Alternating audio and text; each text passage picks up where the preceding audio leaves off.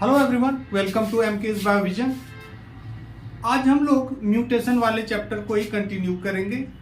ये अभी चलेगा 2-3 क्लास और चलेगा। इसमें फ्रेम शिफ्ट म्यूटेशन के बारे में आज हम लोग चर्चा करते हैं। फ्रेम शिफ्ट म्यूटेशन क्या है?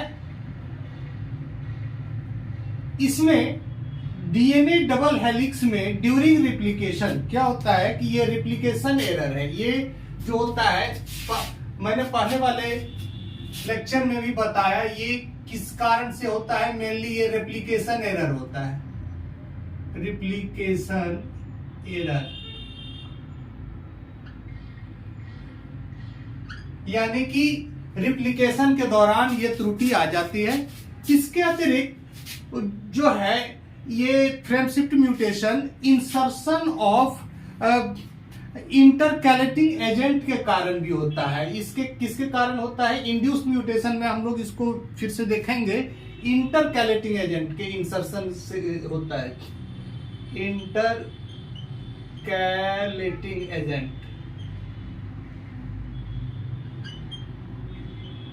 एक्रिडीन, प्रोफ्लेविन डाई, एसेट्रा, ये वैसे डाई क्या करते हैं कि दो न्यूक्लियोटाइड के बीच में बैठ जाते हैं और जाके वो न्यूक्लियोटाइड का क्या कहते हैं, रिमूवल करा देता है, डिलीशन करा देता है। इस वजह से फ्रेम शिफ्ट म्यूटेशन होता है। ये आपका डीएनए डबल हेलिक्स है।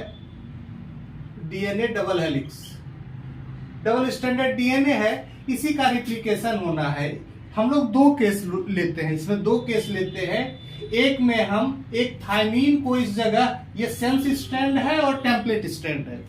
सेंस स्ट्रैंड में केस 1 में हम एक थाइमीन को इंसर्ट करते हैं। तो जब केस 1 में हम थाइमीन को इंसर्ट करते हैं, अभी फिलहाल हम इसको भूल जाते हैं, इसको अभी छोड़ दीजिए, अभी इसको छोड़ दीजिए। थाइमीन को इंसर्ट करते हैं। तो थाइमीन को जब इंसर्ट करेंगे एक बाद के, ये नॉर्मल फ्रेम है, ये जो डीएनए डुप्लेक्स है ये नॉर्मल फ्रेम है। और ये जब ये नॉर्मल आरएनए है, ये क्या है? नॉर्मल मैसेंजर आरएनए है।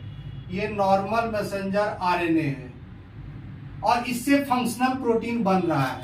लेकिन जब म्यूटेशन होता है तो इसमें एक या दो एडजेसेंट न्यूक्लियाई जो होते हैं, न्यूक्लियोटाइड जो होते हैं, वो इंसर्ट हो जाते हैं। इस वजह से पूरा का पूरा जो रीडिंग फ्रेम है वो शिफ्ट कर जाता है। इसीलिए हम इसको फ्रेम शिफ्ट म्यूटेशन कहते हैं। अब देखिए, ये नॉर्मल एमआरएनए है जिससे फंक्शनल प्रोटीन बन रहा है। लेकिन ए और जी के बगल में यदि थाइमीन आ जाए तो थाइमीन आने के बाद क्या होगा कि थाइमीन जो है एमआरएनए में थाइमीन नहीं होता है। एमआरएनए में क्या होगा? थाइमीन के बदले यूरेसिल होगा, तो यूरेसिल आ जाएगा। यूरेसिल आ जाएगा। नॉर्मल जो था उसमें क्या था? Methionine, glycine. ये ट्रिपलेट है किसके लिए? मेथियोनिन, ग्लाइसिन के लिए, एलेनिन, लाइसिन, सेरीन, और ये जो है स्टॉप कोडोन के लिए है। लेकिन जैसे ही ए और जी के बीच में थाइमीन आता है तो उसका जब ट्रांसक्रिप्शन होता है तो इसमें मैसेंजर आरएनए में यू चला आएगा इस जगह, और यू आ जाएगा तो स्टॉप कोडोन आ जाएगा। स्टॉप कोडोन ये है, इसीलिए इसी जगह ही इसका ये स्टॉप हो जाएगा। यानी कि इसमें सेरीन का इनकॉर्पोरेशन नहीं होगा। सेरीन और आगे का जो टाइड है वो नहीं आएगा, इसलिए आरे के आगे का अमीनो एसिड्स नहीं आ पाएगा। इसलिए जो लेंथ होगा पॉलीपेप्टाइड का ये शॉर्टर होगा। शॉर्टर, या इसको कहते हैं ट्रंकेटेड। इसको क्या कहते हैं इस तरह, ट्रंकेटेड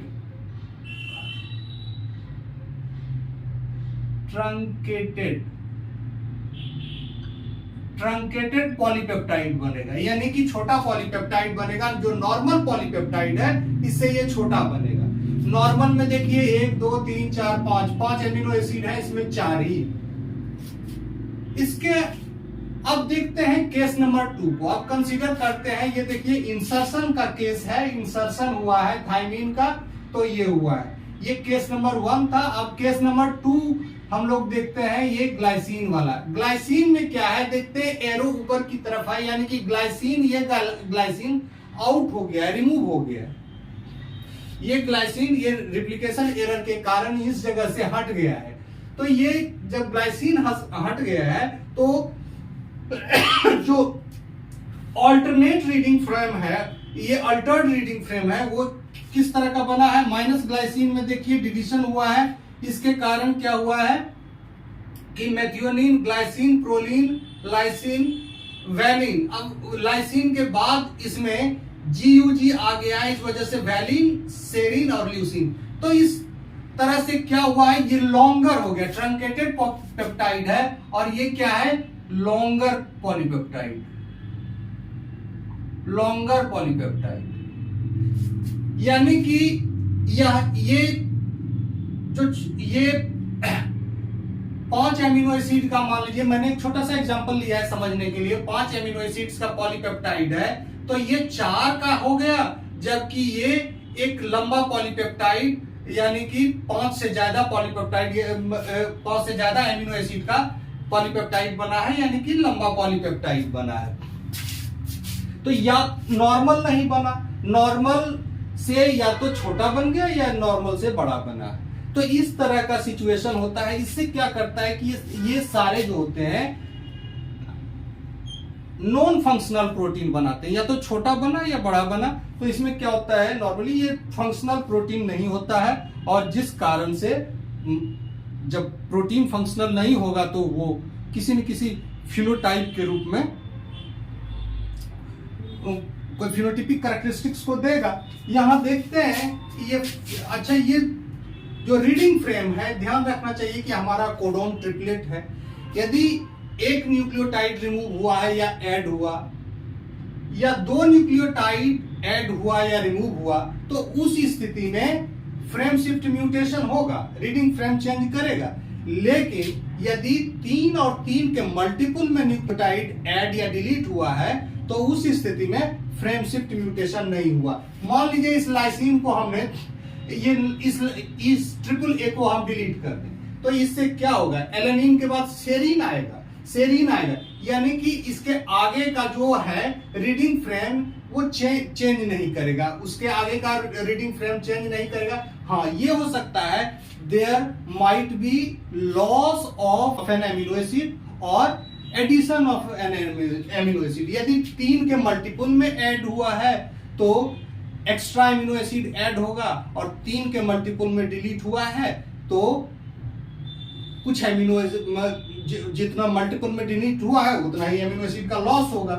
फ्रेम शिफ्ट म्यूटेशन, इसका डेफिनेशन अब देखते हैं। Frame shift mutation is caused due to insertion और डिलीशन ऑफ 1 और 2 कंसेक्यूटिव न्यूक्लियोटाइड। यहां ध्यान देने की बात है कि 1 और 2, इंसर्शन और deletion should not be in multiple of 3। इसके मल्टीपल ऑफ 3 में नहीं होना है। मल्टीपल ऑफ 3 का होगा 3, 6, 9, 12, इस तरह का यदि डिलीशन या एडिशन होगा तो ये फ्रेम शिफ्ट म्यूटेशन नहीं कहलाएगा। अब कुछ एग्जांपल को देखते हैं। जैसे एग्जांपल हम देखते हैं कुछ जेनेटिक डिसऑर्डर जो फ्रेम शिफ्ट म्यूटेशन के कारण होता है। Examples of genetic disorder due to frame shift mutation. पहला है टे-सेक्स डिजीज। ये जो है Tay Sachs disease, it is due to modification of alpha sub unit of beta hexosaminidase lysosomal enzyme. ये एक लाइसोसोमल डिसऑर्डर है। ये ट्रांसपोर्ट प्रोटीन है बीटा हेक्सोसामिनिडेज। इसके कारण इसके अल्फा सब यूनिट में यदि फ्रेम शिफ्ट म्यूटेशन होता है तो ये डिसऑर्डर होता है। दूसरा है सिस्टिक फाइब्रोसिस। सिस्टिक फाइब्रोसिस में क्या है, मॉडिफाई कर जाता है इसका transport protein, that is cystic fibrosis transmembrane regulator gene. ये जो है ट्रांसमेम्ब्रेन